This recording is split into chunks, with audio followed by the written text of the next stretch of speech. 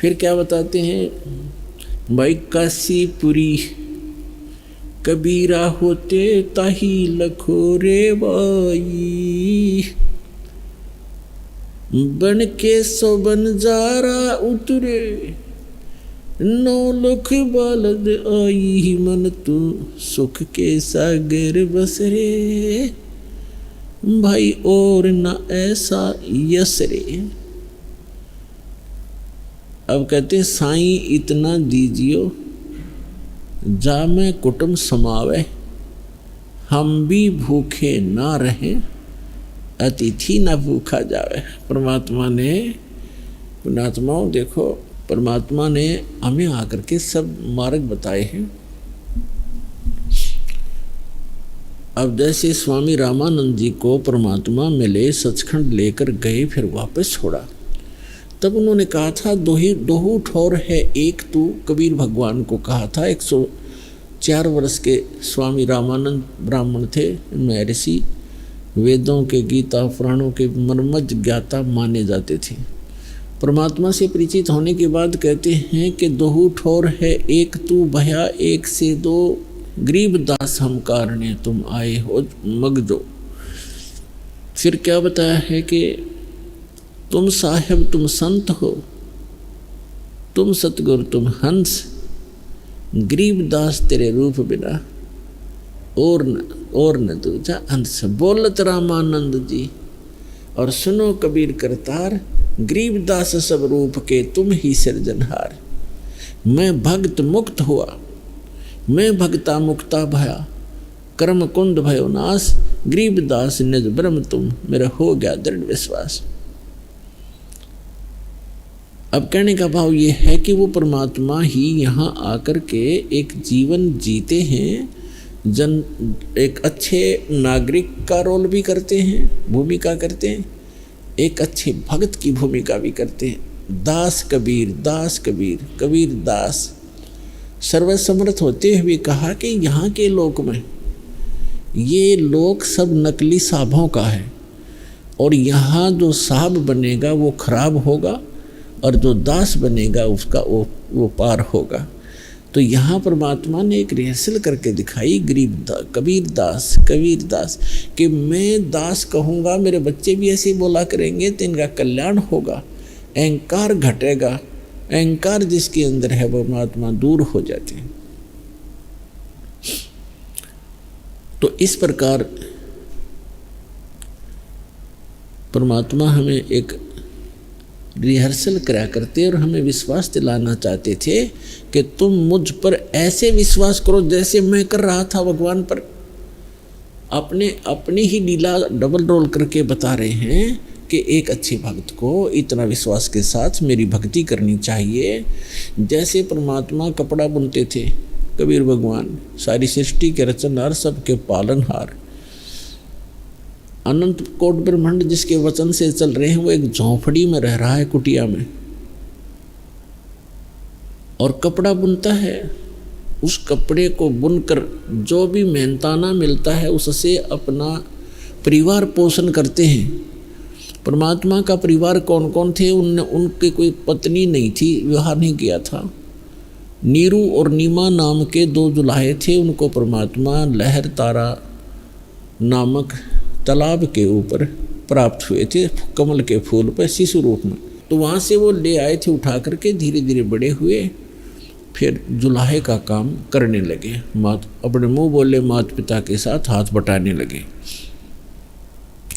और 2, एक लड़का और एक लड़की, ये दोनों मृत जीवित किए थे भगवान ने।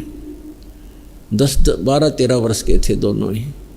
तो ये बच्चे अपने पास रखे थे पुत्र पुत्री के रूप में। ये परिवार था। ये परिवार इसलिए अनिवार्य था, दाता ने दिखाना था कि परिवार के पोषण के लिए अपना निर्वाह भी करते रहो, भगवान में कोई बाधा नहीं आओगी, भक्ति भी करते रहो। भक्ति तो ऐसी आसान है, काम करते करते नाम उठत नाम बैठत नाम सोत जागबे, नाम खाते नाम पीते नाम से तिलागबे। तो कबीर परमात्मा कहते हैं कि कपड़ा बुनने से कठिन काम नहीं होगा शायद। एक एक बारीक बारीक तार को ऐसे डालना ऐसे डालना, और उसको डालते डालते भी सिमन किया करते थे। और जो मेहनताना में आता था उसकी बुनाई, उससे उस परिवार का पोषण भी करते थे। और फिर भी कुछ बच जाता था, उसी में से धर्म दान भी करते थे, भंडारा भी करते थे। तो परमात्मा कहते हैं देते को हर देत है, जहाँ तहाँ से आने, ना दिया वो मांगते फिरो, फिर परमात्मा सुने ना कान। कबीर साहब कहते चिड़ी चोंच भर ले गई, नदी न घटो नीर, दान दिए धन घटे नहीं, कह रे साहिब कबीर। तो इस प्रकार परमात्मा कहते हैं कि दान अवश्य करना चाहिए। जैसे आपको आप मंत्र जाप करते हैं, मंत्र जाप तो समझो बीज है आपका, और ये दान धर्म पांचों यज्ञ जो करनी होती हैं, ये उसमें उस भक्ति रूपी बीज को पौधा पेड़ बनाने के लिए सिंचाई का काम करते हैं। तो ये सिंचाई भी कंपलसरी है, यानी दान पांचों यज्ञ भी चाहिए। एक यज्ञ है धर्म की, दूसरी यज्ञ है ध्यान, तीसरी यज्ञ हवन की, चौथी यज्ञ प्रणाम, और पांचवी यज्ञ ज्ञान की। तो ज्ञान यज्ञ ये सत्संग है। धर्म यज्ञ आप पैसा देते हो, दान यहाँ भंडारे होते हैं, लाखों लोग बच्चे भूखे बूढ़े दूर से आते हैं बुजुर्ग, क्योंकि यहाँ कोई खाना खाने नहीं आता, व्यक्ति भगवान के लिए आता है।